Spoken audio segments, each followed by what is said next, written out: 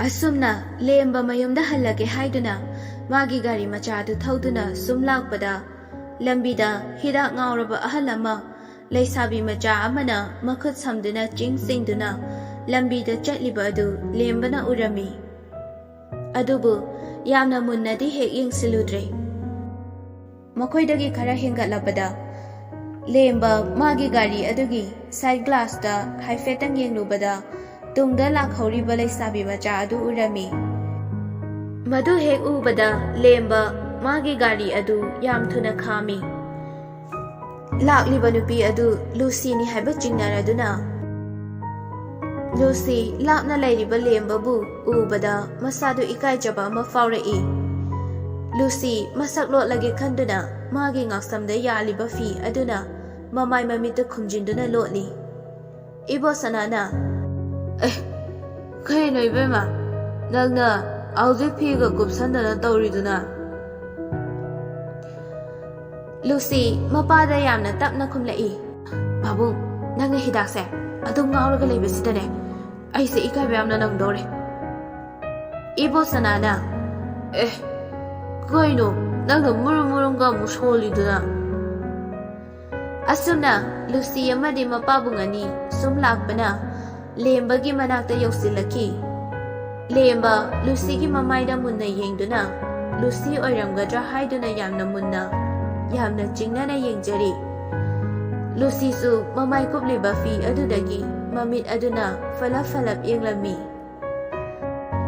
lemba Lucy bu kauduna yengadabasu ahal yawbaduda kaudri adubu khangdadi khangdoklage matagum Lucy gi matungda lemba magi gari adu khara tapna inari sum lakpadagi hidak ngauduna chatliba Lucy gi mapabung ibo sanana mamai khangon ontoraktuna lemba gi mamangda makhwang mettuna lepi lemba su pakhatpa amaga loinana magi gari adu khami aduga ibo sana hidak ngauri hairei ibo sanana hai karano nang lembana pabung lembana khumba nang dringai ibo sanana makha tarai ibo sanana hai kai gino nang na gari du thauningdagum tungjida nakung mayai ngarang tuna leiba nangi gari do adudagi hena yamdrabo Lucina as chasila oba pabung ibo sanana hai oikho ai thabak doge asumna ibo sanana lembada amu mai onsinduna ibo sanana khumune mina ngangije lembana yani babu ai chachakhrage ibo sanana hai yaroi nang chatba lembana ai chalage babu masi hairamlaga lemba gari adu kana thaukhiduna nupi adu Lucy ra haiba madi khangdoklage haiduna Lucy khoigi thongan wangmada khamduna leikhre lemba gari thaukraba matungda ibo sanana la hawi ibo sanana hai ngai khone hai nalna pa mi do kaino chapchana hainase Lucina as yare bababum chalase asumna Lucy mapa macha sumlakpana makhoigi thongan yaurakle amuksu lembana magi gari da famduna lairamba adu ubada ibo sanana amuk hairei ibo sanana yengune mashibo shida amuk lairame yengbadadi akhoiga jahi lengabu mali lemba ibo sanagi wadu tabada mamai fat leithokduna bit yam hanna leiri thongalda changkhrabi nupi adu Lucy ni khanglakpadagi lembana Lucy tana bani haiduna laurei hayengi pung ahum nahangi mafamduda amta thenase Lucy su hoi haibagi matagum lembada yinglamlaga nofet tawramlaga changki madudagidi lemba harau mayumda halaki numit adu asum tawduna hawkhre Matangi numitni, Lemba, ngasidi matamasi yamna thuna, chathaningi. Nungthilgi punga humtaga dauba kayam watli bagi haiduna, faklang ghari aduda hanjan yengduna layli. Tanja aduda, Lembagi mama ibema Santi, magi machagi kada changlakduna hairi. Santina. Nate, nang sibu karino mi taurisibo. Ngasai chak tokpadagi famung sida famlaga, faklang ghari sida sum yengduna lay. Nate, nang sibu taseng ngaurabo. Lembana, as, akoy maasidiba, ay hek ubaga, ariba, angaba. Ay lefam chapamam da khangjaba. Santina, Hydrade, Lire habani, Numijupa mangaga lady badubu, Ngauraba hundradi, Kaino. Is Ariba haye kainasu, Sauri maline, haha. Asi Hydra Santi noctore Aduga, Makatana Hyde Santina. Ho, lide, Yam nauri, Jahi kungine, Pakang Machani. Lembana. As, Ima, nang sidiboko. Ngai kone, nang ngasi tabakam ta chatrishna karige. Lemba, mamagi wahang adu tabada, no fe tauraduna kumlai. Ho, adubura, yam luba tabagama chatkadauriye. Office tasu ngasidi isangam de la aro haigrabani. Santina. Sida famdana sumlayraga kari tabakno. Garam kanda chatkadauribano. Lembana. As, Ima, nang thona kupthana hangredako. Karino, police power dumaina hangdimi. Hangdaba yaribo, nangdi pakhang machani na jahi nauribanina ne, hangda yadabagi hangine. Lembana. As, Ima, nang sidi hainadi saita. Santina. Pakhang macha, kokto, khara khantauko. Masi haram laga Santi nok tuna, machagi kadagi tholai. Lembagi mapana. Hai, kaino, nangna muk nok tana tholai suna. Santina. Ho, nokning bagine, nokning iba. Lembagi mapana. Hema, adubu karigi nomi. Ay sukita noke tammo wane. Santina. Ho, najanu pa kay hanuba malayrise. Ay na lide haibagi sauriba. Aduda, ay na lide. Izadi, jahi kungi pakhang machani na laknaramba. Aduginida. Lembagi mapana. Ihe, adugi oire. Kamdaw ni, mana wakal tajadrabanina. Nate, magi sibu, magi khangna chana bam talay trabajalo.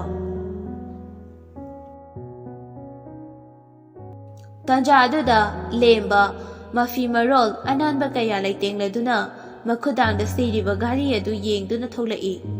Santina. Ibungo, nang chatura bra. Lemba na. Chalugi gema. Santina. Fajana chaluko. Angangi na amu. Masi hairaga Santi, wa makhata rektre. Lemba na. Noishidi. Asi hairam laga, Lemba magi gari adu thauduna, thaudokre. Nahan, Luciga makoy anigi thingna famadu tamna lai. Sumlakpana, mafamadu yaure.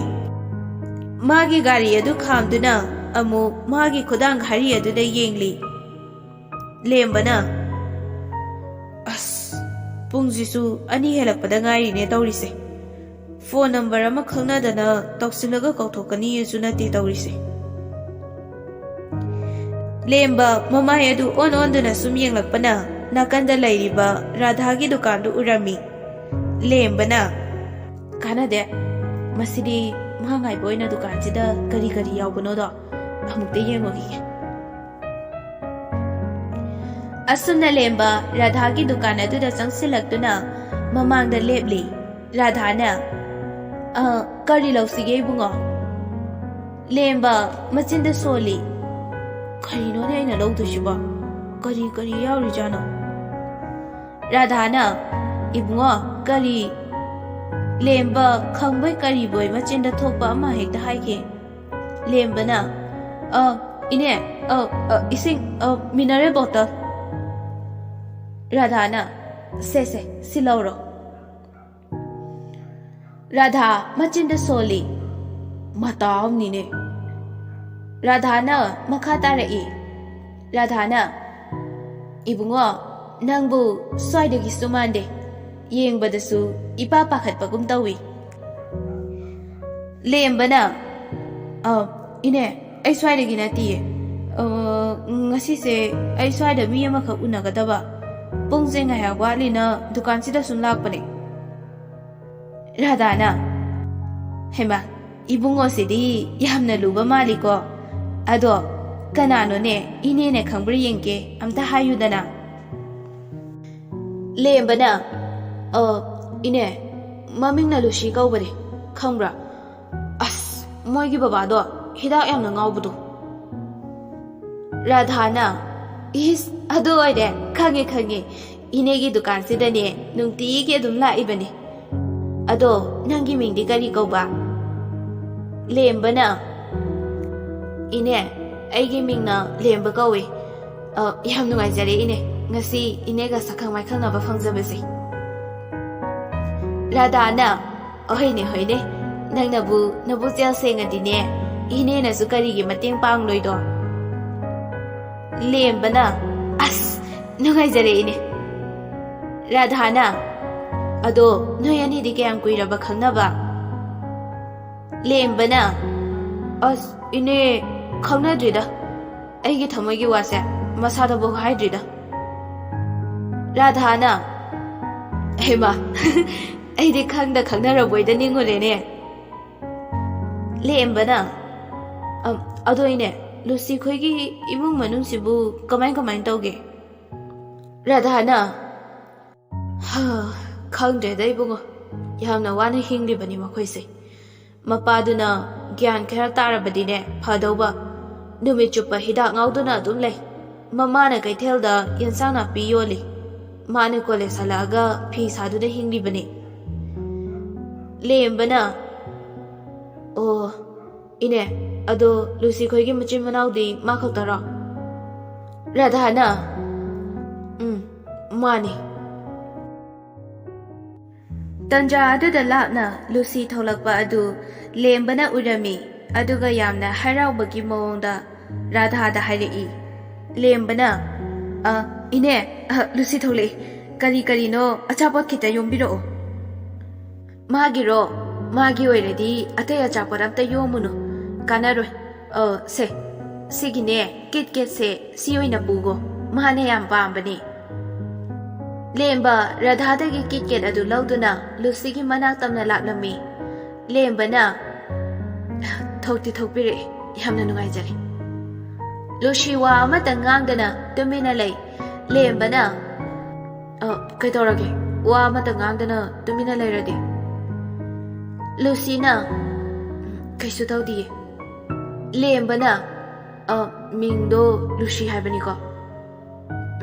Mane. Lemba, machinda soli.